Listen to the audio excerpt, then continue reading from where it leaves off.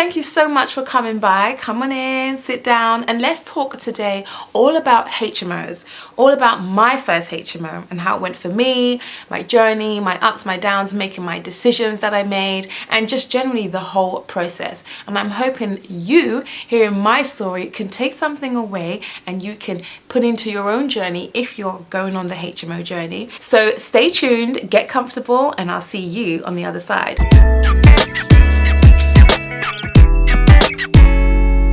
So my first HMO, right? What the setup is this. I was a sourcer. So going into property, I done rent to rents, and from rent to rents, I ended up sourcing property, then project managing, and then my journey kind of evolved from there. On this particular project, I had sourced this HMO for a client, an investor of mine, and he was very specific about what he wanted. I went and found that, and then he purchased it. So how it went is I found the property with an estate agency, and I'd been looking for maybe about like 2 weeks because I was already looking for HMOs anyway, just because I wanted to specialize in sourcing a certain type of property. So this was HMOs. So I'd already been looking, found this one, and it had been on the market for 3 months, on for $350.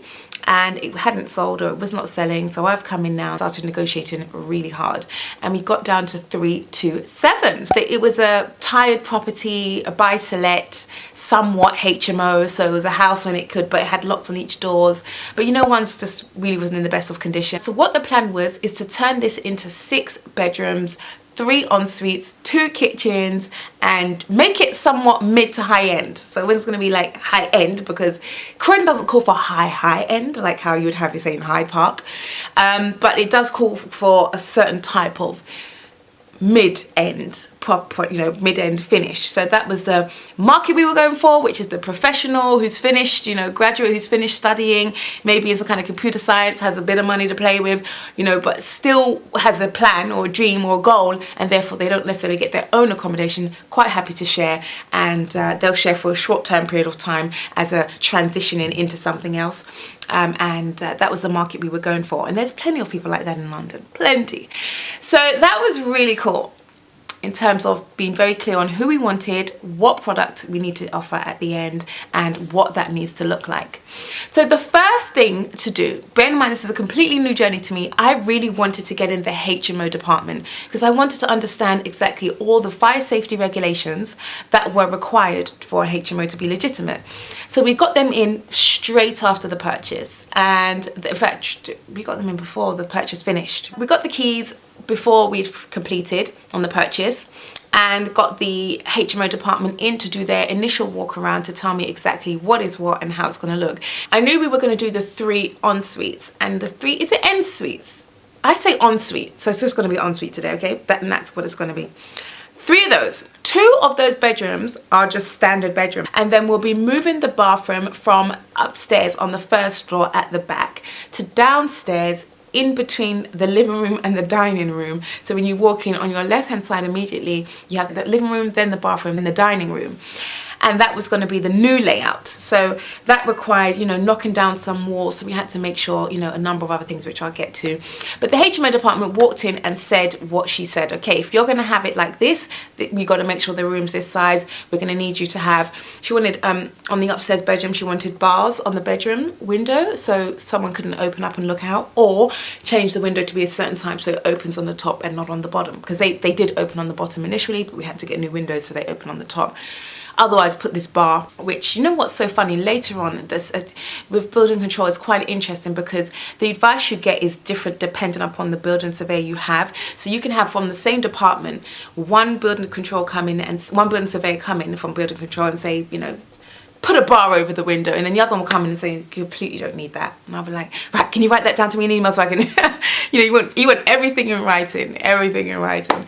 So we got the HMO department in. From there, we got some drawings drawn up. Now, I didn't know we needed drawings for this. I did not know that. So we got the builder in, and it's not until we were ready to start the builder said, where's your drawings for, you know, because so much had been changed. You're knocking down walls, you're putting in bathrooms in new locations. Where's the plumbing work's going to go? Where's the, you know, the M&E plan? Where is that? Where's your electrics going to go? So I didn't even know you need all of that. It was completely new, but hey, learning on the job, right? Backtracking a little bit to when HMO department came in. They came in, came out, that was fine.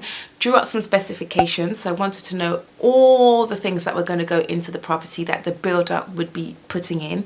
So it could be, you know, new windows, new doors, skirtings, door frames, kitchens, bathrooms, paintwork, everything and anything that goes into the property, that would be on the specifications.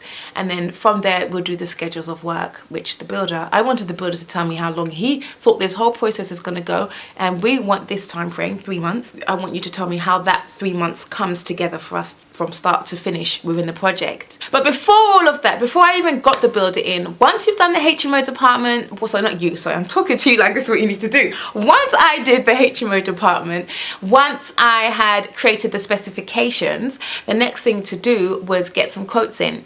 And the reason I wanted the specifications before the quote is because I needed them to quote alongside the specifications. I wanted them to know what the cost of material is going to be, and then the cost of the labor, what they both were going to be. Now, I was networking at the time, so I really wanted the project to come out as best as it can. So I seeked out anyone who was already doing a HMO to find who their builders are, if they liked them, and then come in and get quotes on the project that I'm doing. So I done that by going to lots of different networking events and found some builders to come down and give me quotes, and they all came in around £65,000. And my client said, no, that's just too much. We need to pay £30,000, which I said was just way too little. So we went back and forth on that, but he said, that's all I have. So I thought, okay, now I got to go and find this for £30,000. I knew this would be a bit of a challenge, because if you've got a builder telling you 65 and they're all telling you 65, and that's because you're, you know, knocking down walls. I mean, you're doing a whole new renovation. It's a huge job. It is a big job. So he said, you know, find someone who could do it for 30. So I continued looking, and I found 2 guys, right? One was an electrician that I used during doing my rent to rents in Catford. And the other was a builder I'd found online. When I think about it now, it is crazy. It was a builder who I found online, and he was like, you know, he just pulled up in this truck that looks like it was about to conk out. And he came in and looked around, and both of them said they can do it at 30. But I decided to go with my electrician. It's my electrician who was getting in someone else, this someone else was a project manager, and this project manager worked on a big building site with, you know, huge developers, one of the well-known ones, I won't say. What his plan was to do is pull those workers off-site into this project, and then get them to do the work that they're doing there. And I thought, wow, if you work for them, then you're a project manager for them, you know what you're doing. So it's just about him getting the labor really cheap, getting them in and doing the renovation, and that was how we were going to do this project. Ugh. I would never ever do that again now. Today I would not do that, and I've actually done a video on that, about how to choose the right builders, what you need to do, what you need to look out for, because there's a lot that goes into that. We ended up choosing the cheapest builders, who were £28,000, so he even beat that £30,000 and said I could do it even cheaper. Came in at 28, and everyone was overjoyed. Builder was happy, I was happy, client was happy. So we got started on the project right away, and the good thing is that the HMO department came in midway during the project, and then we had building control coming in at various steps, you know, various milestones throughout the project. And that was really useful, because the building control would liaise with me and I would liaise with the builder, but the building control almost became my mentors in a way. And it was a young lady like myself, just like myself. She was from Zimbabwe, very stern, like, you know, she wasn't even smiling. She could tell it's my first time. I ended up letting her in on knowing that it's my first time, and then that allowed her for her and I to be stern against my against my builder, who had a hot temper. He had a really bad temper. We got the project started, you know, and how we usually pay for projects like this is in milestones. So you put a certain percentage down at the beginning, and then you pay in chunks throughout, and then you have your final minimal amount at the end, once everything's done and you're handing back the keys alongside certificates and everything else, right? So that was what happened. We got them in, and the project did go completely bellies up with these particular builders, and that's because they underpriced themselves and ended up having to spend a lot of money themselves. And the thing is, builders have to make room for mistakes, you know. So if I have a builder who's coming in to quote me for a job I'm hoping that he's taken into consideration that he may make some mistakes, or mistakes may happen, and then they have a little, you know, a little bit of a contingency for that. Just like what, likewise, as the investor, you should have a contingency for your project. This guy didn't. I could see numerous mistakes were happening. Just for example, you know, putting up the wrong size timber frames, getting the wrong paint. Although he had the name, he got the wrong paint color. So all these things meant he had to change things, you know, putting up the wrong sink in the wrong place, and costing him money. He even knocked down the wrong wall. Right now I'm in my refurb. We are in week 12 or 11. Sorry, we're in week 11. We're in week 12, sorry. And there's been a whole bunch of craziness going on with builders running off with money and not coming in, breaking in and stealing other builders' tools. It seems like it's just one thing after another, and whilst I'm bigger than this problem, it's just a real problem I just could do without, if I'm honest. We're almost there. I feel like we're almost there. Well, not this room, but you know what I mean? We're getting there. We are getting there. It's just, you know, bathrooms need to be doing. I think talking to you is getting me emotional, so I'm not going to talk much longer. This is the area that's really bothering me. I don't know what's going on here. So I'm going to tidy up and get some new builders on site. You can't moan, you can't cry, you just got to get on with it. It seems like it's one thing after another. It's almost like you're constantly problem solving. So yeah, you know, so he definitely did not work on that. I don't know. He may have worked for that company, but now I look back, he sure didn't. As the project continued, things were going terribly wrong, left, right, and centre, and there were a lot of learning curves happening. I think I've done a video on that, which I'll put a link to, and that video talks about all the mistakes I've made in, you know, project management, and this story is definitely in there, so I won't go into too much detail about it now. But the builder, because he had underpriced himself, he had demanded extra money from myself and from my client, and we said no. We were like, why would we pay you more money? This is a quote you've provided us with. If it's a change that's an obvious change, like for example, like, you know, we need to put up 3 more doors than planned, then that's an obvious cost. But if it's something where, you know, well, I've chosen the wrong paint color, so I don't have no more money in this project, there's no more profit in here for me, well, I'm saying, then why did you not sort yourself out? You said you do this all the time. Have you not factored in for this, you know? And so it did cause a huge, it caused a lot of back and forth, a lot of headache, a lot of sleepless nights, and then he ended up smashing up the kitchen, and that was really horrible. And then he came back and robbed the house a couple of days later, robbing all the tools of the new builders that I'd gotten in, and it was a complete headache. So this project did not go smooth at all. But as we got to the end, I actually met my builders who I decided to stay with for every other renovation I'd done there forward.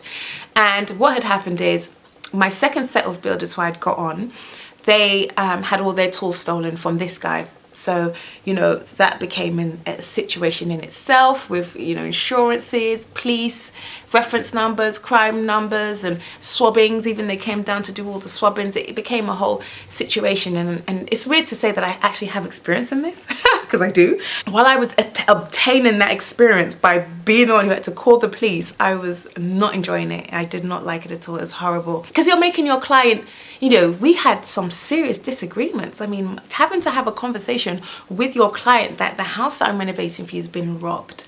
The money that we're going to make on this project, we've gone from 30 up to that 65 that I told you need to spend initially. We are there. And then, you know, it's like, it's just bad news after bad news after bad news. The biggest learning for me is I allowed my client to manage the project essentially from afar.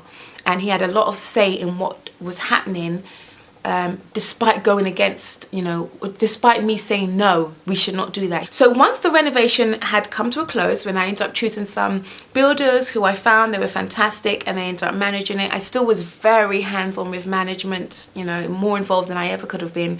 And at this stage, I'm going there every single day, 7 days a week, not a single day, because I had everyone working around 7 days a week, because we had to come, close this project. We had to close it. This project that was supposed to take 3 months ended up taking 6 months. I ended up getting some tenants in, and the beautiful thing is we'd ordered our furniture from Fusion Furniture, and they come in and set up the furniture for you, put it all in its correct place, and it's all sorted out.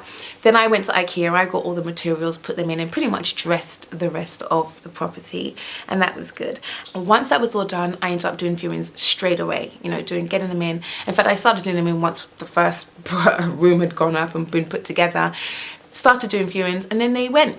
And they went at really good prices. So like, say the ensuite room that was the first one to go, the top floor ensuite room, which had a small little 2-piece kitchen. It's a kitchen that literally has a microwave, a small fridge, a sink, and somewhere to wash up, and somewhere to put a cooking facility, little cooking thing, 2 rings.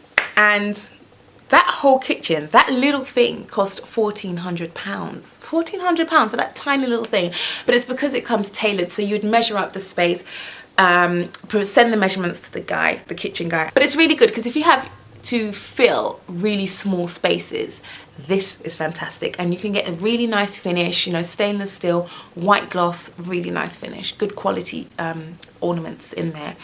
So appliances, not ornaments, oh my goodness, good quality appliances in there. So I ended up filling up the entire HMO.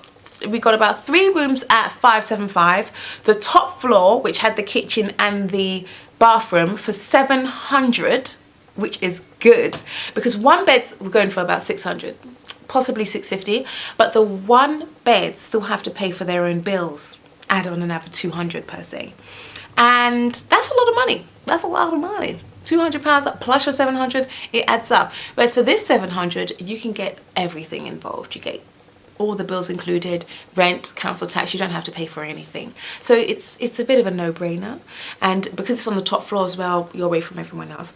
The remaining bedrooms went at 575 for the 3 biggest ones, and then the smaller one went at 550. And it was amazing, because I had 2 sisters in there, and someone in the top floor, and then another 2 sets of friends. It was like, oh guys, you guys are amazing. And the beautiful thing is when these people work in organizations together, they then tend to go to accommodation together. Not all the time, but sometimes it works like that, and it did on this occasion. It was an easy breezy lettings. Now here's the best part, right? Once that property was fully let out, my client went to go and refinance that house, okay?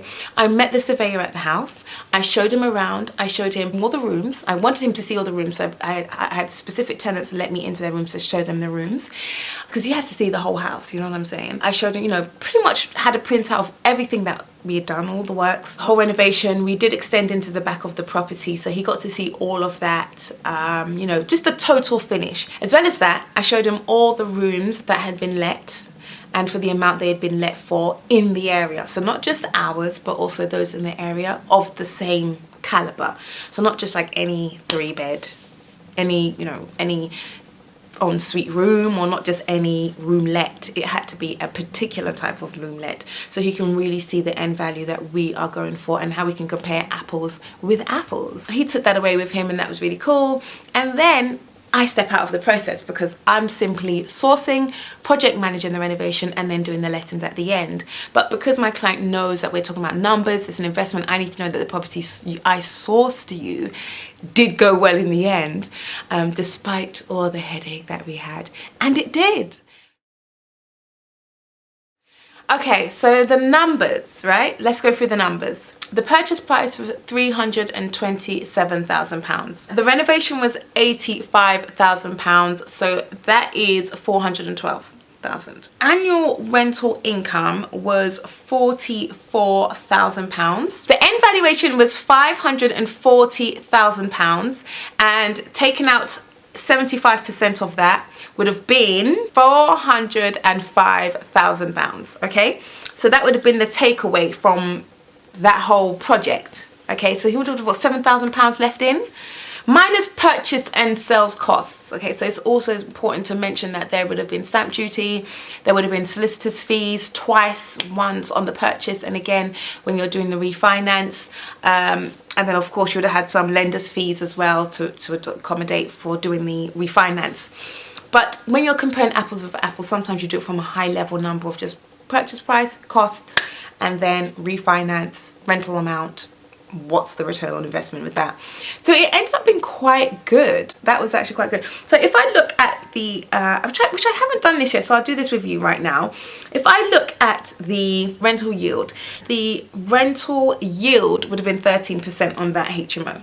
13%, which, is that all right? I mean, it's all right. It's all right. He got most of his money out on the refinance, so really and truly the tenants are paying for that, and his return on investment would pretty much be infinity after the first year, because the money he's put in, he got that back out on the remortgage. He's got £7,000 left in, and after month 2, month 3, you're going to get that £7,000 out. So you really, it's an infinity return on investment. So that was the first HMO I had ever done, of actually sourcing a HMO, renovating it on behalf of my client, and then letting it out to tenants all on his behalf, and taking a fee for every single step of that process, and gaining some amazing experience, all without using my own money. And if you do that a couple of times, you'll have enough money for your own deposit. So if you're sourcing property, right, and you charge maybe 1% of the purchase price, or you charge a fixed fee of like £2,000, £3,000, £4,000, whatever your fee is, and then you decide that you want more experience, then you could just say, look, our project manager's for you for a certain amount, and then you can start gaining experience. Now the good thing about this is that if you're going for a HMO mortgage, say you may have never had a HMO, but you're going for a HMO mortgage, it would work in your favor that you've project managed a HMO before, because all the paperwork was in my name. Everything was in my name. All the, paperworks, everything went in my name, strangely enough. But, when you're liaising with organizations and doing emailing and so forth, it would naturally go into your name. But that was my first time doing it. It was really exciting, very challenging. I had to endure. I wanted to give up. There's many times I woke up and I thought, oh my gosh, am I dreaming? Do I still actually have to do this? Do I have to face another day?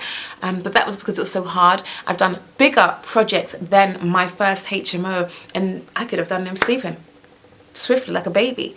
So it really is down to the team you work with, the people who you have around with, your support network. I did have a support network because I was networking so much at the time. I could pick up like my friend Alberto. I had a friend called Alberto who was doing huge buildings at the time, and I called him crying. Alberto, they robbed the house, they stole the goods, I don't know what to do. And he said, calm down, just call the police. I said, do what? He said, call the police. I thought, call the police? Why would I call the police? Call the police. Tell them that there's been a robbery. If they see it, then they'll take the goods back. And that gave me hope, because we never did ever find the goods. But what that did is it just gives you a bit of hope. You know what I mean? It gives you hope. It made me realize I need to tighten down on security a lot more. There's just so much learning curves. But yeah, it was really good. And plus working with my client, we really got to build a relationship on a much deeper level, because we got to understand how each other works. I mean, we're working on this project for our first project together, and he gave me like another 5 projects after that. So he clearly liked the way I worked. I'm quite anal, very organized when it comes to work, business, and I think you have to be record keeping. I mean, there's so much stuff that holds you accountable and that you need to hold accountable, that you can't do that without being anal in one way, shape or form. I really enjoyed sharing my experience with you. I hope you learned something. I hope you had some key takeaways that you may can incorporate into your journey, or that you can just pass over to a friend who may be going through it. And I hope it was really valuable for you. But thank you so much for watching it. So if you liked this video, be sure to hit that subscribe button and press like, because then I know these videos are proven well. Thank you so much for watching, and I'll see you in another video. Take care. Bye.